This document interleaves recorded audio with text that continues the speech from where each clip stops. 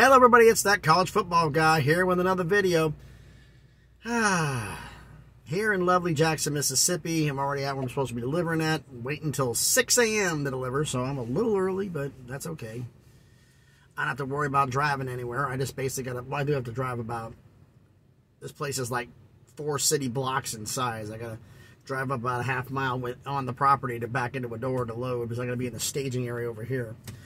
But, so the title of the video, the Pac-12 is safe for now. Okay, now those of you who don't know about my past, and I brought this up in previous videos, so I'm going to bring it up again since we have new subscribers. I'm a truck driver who lives in Tennessee. For 40 years, 40 years, I lived in Las Vegas, Nevada. Worked not as a truck driver, doing freight like I do now, but I was moving furniture. Pianos up the stairs and all that fun stuff. Shot my knees. I had knee surgeries.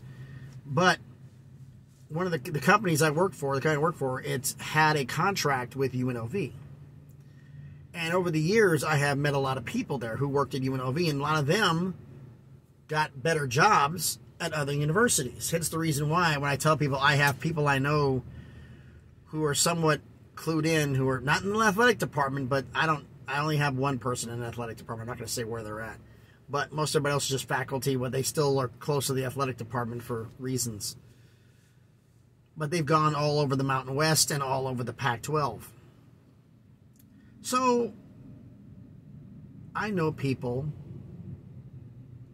everywhere.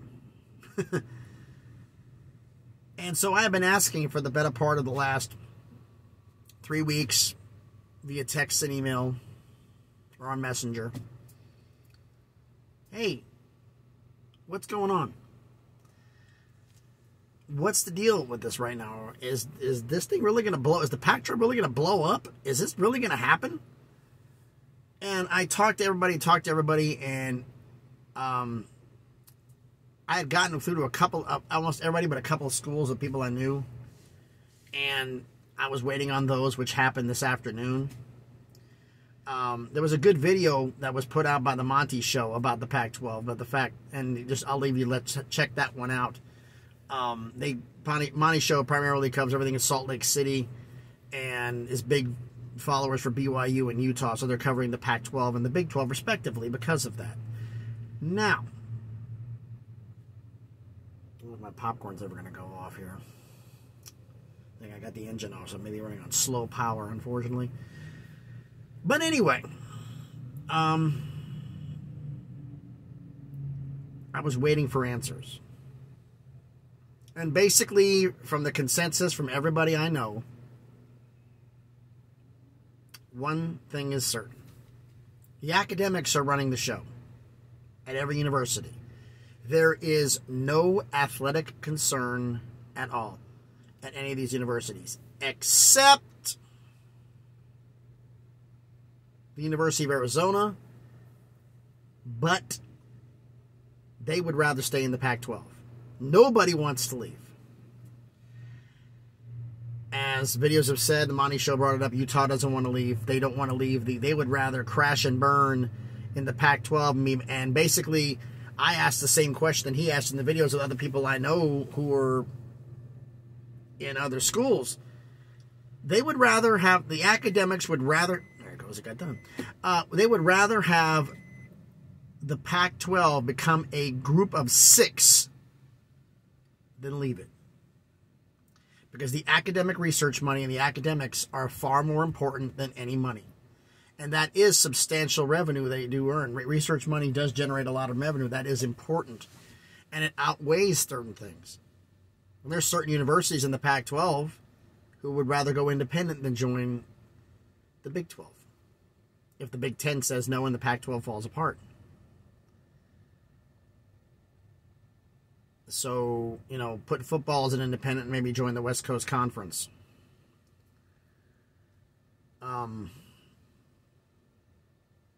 So anybody who thinks that the Pac-12 is going to implode, no. Also,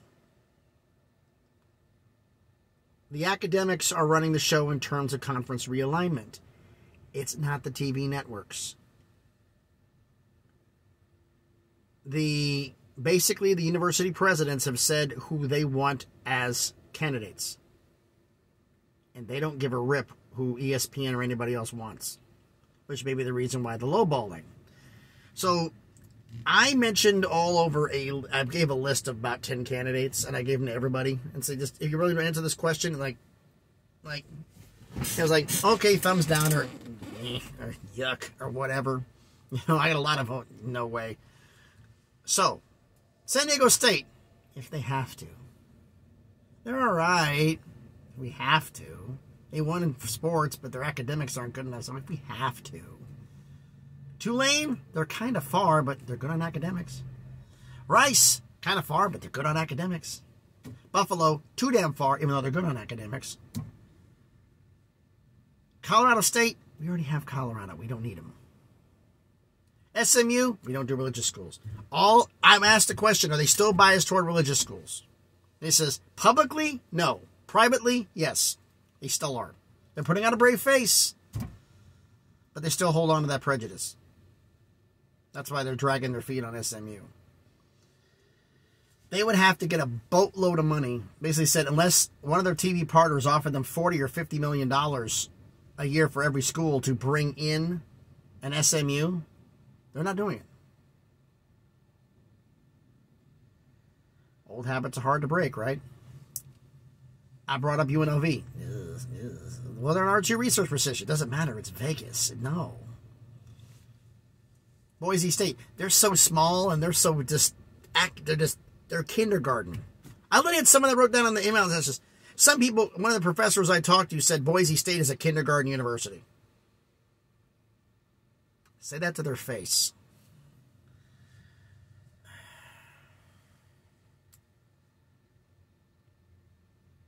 Nevada, no. No. UNLV's, no. But there are 2 schools they want, and they would somehow convince on there. There's people that are apparently in the academic part that are a part of the universities. I don't know which ones this is. They're part of the athletic departments. I have no clue because nobody says it's anybody they know, but they've been hearing stories. But the problem is it's the same people telling the same story, and some of these people don't know each other. But it's the same story everywhere. There are people in the Pac-12 who will legitimately believe that they can go in and steal Kansas and Kansas State from the Big 12. Get them both for the academics. Kansas State isn't high on academics, but they'd be willing to give them a pass because they have been before. In their minds is Kansas State has potential. They also believe the fact they'd have to get Kansas State to get Kansas. And it's also this is the only one I said, well, this actually sounds like a sports reason, a traveling partner. Because if you wouldn't care, you do Kansas alone.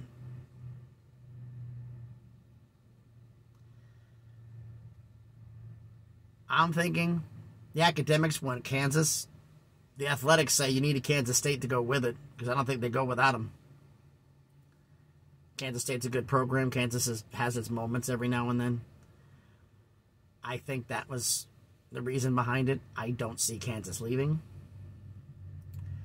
They consider the Big 12 JUCO League. No. They are a collection of fine educational institutions. They called the Big 12, Colorado called Big 12 a JUCO League.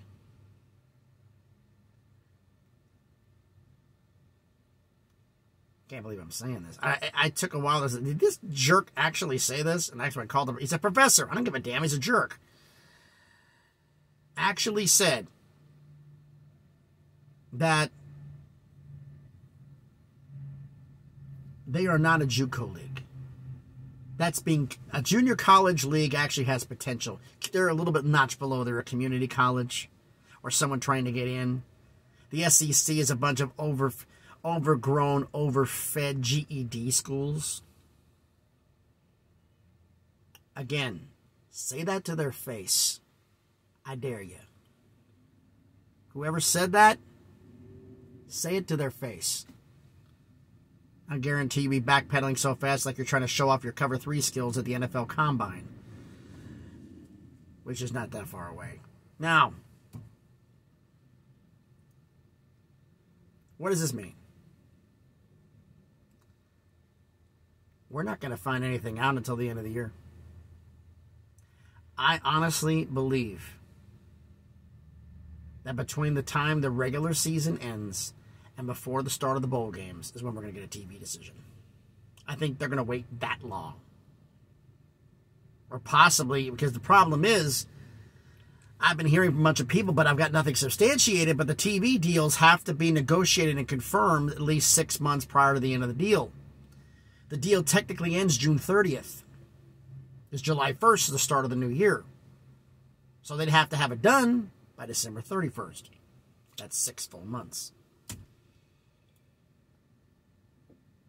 I'm beginning to think we're not going to get anything on this, folks. They're going to just keep waiting because the academics are running the show. It's not athletics. So I thought it was a joke. Just go get Tulane and Rice. There's some people there who actually believe this. That Tulane and Rice would be the best thing. Tulane's a good program. Rice could be one with Pac-12 help. Like Stanford and Cal have with Pac-12 help.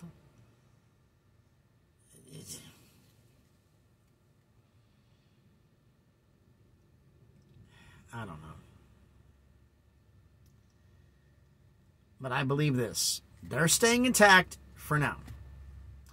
They also, the fact that most of the schools are trying to convince everybody else, Oregon and Washington primarily, who have been, apparently there has been, I also heard the fact that there was a lot of steak dinners, a lot of steakhouse dinners, a lot of cigars, a lot of wine, and everything else, and down there to the President's University to Oregon and Washington. You're not leaving to go to the Big Ten, are you? Come on, stick around for a while. It won't be so bad. So, remember originally the Pac-12 was rumored to be a 7-year grant of rights? And the rumor going around, these are all rumors, folks, all rumors, that Oregon and Washington only sound like a 3-year grant of rights. Apparently, rumored, allegedly, no confirmation. They split the difference and asked for 5. Which, allegedly, supposedly, Oregon and Washington would agree to if the money was right. Which tells me north of 40. Oregon and Washington want to make more money than the Big 12. Let's see if this actually happens. So for the grand scheme of conference realignment, what does this mean? Nothing. Except for the Pac-12 is not going to fall apart. I don't think the four corner schools are going to go. I think the Big 12 is going to be done. I think the Big 10's done for a while. If they do the realignment, it's for 5 years. So you're talking 3 years from now, it'll happen again. So we're talking 2026. I know the Mountain West Conference was hoping for a Pac-12 implosion and picking up Oregon State and Washington State. You say, why would they be hoping for that? Well, their TV deal ends a year after the Pac-12's TV deal. Pac-12's ends in 2024. The Mountain West ends in 2025. They were hoping to get more money. San Diego State doesn't leave. They stay put, and the Mountain West keeps doing better. There's a possibility that they may get more money. But then again, they're only making $5 million a year. Or, excuse me. Well, technically you still are. Because they're making $5.5 million a year on the TV deal. But like every other conference, I believe, every conference deal I think has happened since the beginning of time. You kick back 10% back to the league. So they're kicking back $550,000. So they're making just a little bit less than $5 million a year. From the TV deal. Maybe they'll get more money. Maybe not. We'll see. So, I've been working on this one for a while. I just wanted to wait until I got an answer from everybody I knew everything from. Now, I will say this for clarification and for transparency. Nobody I talked to is at Oregon or Washington. For transparency. 3 schools in the Pac-12, I do not have somebody who works there. Stanford, Oregon, and Washington. I have somebody who works at every other one.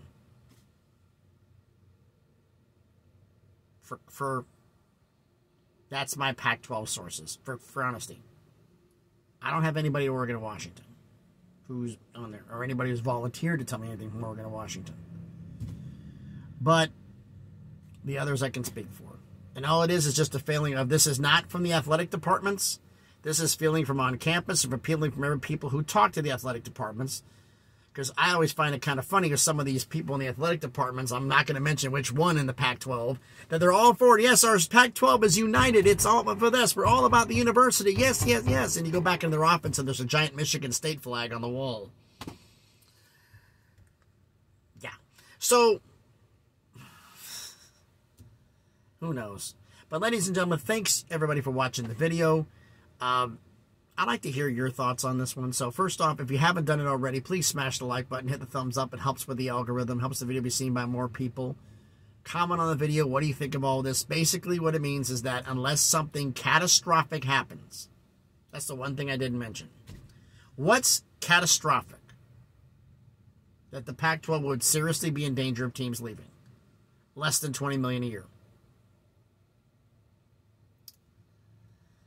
I think it was $25 million a year. I'll be all right. $20 million a year, all right. $18 million a year, we might have to talk about something. That was kind of what I got from. They were talking to people. Now, could this all be a smoke screen? Of course, it could be. Could the people I talked to be lying to me? Possibly. Could the people that I talked to were honest with me, but the people they talked to were lying to them? It's possible. We're not going to really know anything for sure until the damn thing comes out. If it does. Is there still that possibility? So thanks everybody for watching the video. Like I said, like the video, comment on the video. And if you haven't done already, subscribe to the channel. We're almost at 400 subscribers, on our way slowly to getting 1,000. I started making money on this channel. The slow road to get there, right? So thanks everybody for watching the video. Hope everybody's having a great day. I'm going to turn the AC on because I turned it off so I can make this video because it's it's 87 degrees, 88 degrees off and on down here in Jackson, and with the humidity, it's about 90. Yeah. Welcome to summer, except it's not. It's still spring. So thanks everybody for watching the video. Be safe out there, and please be good to each other.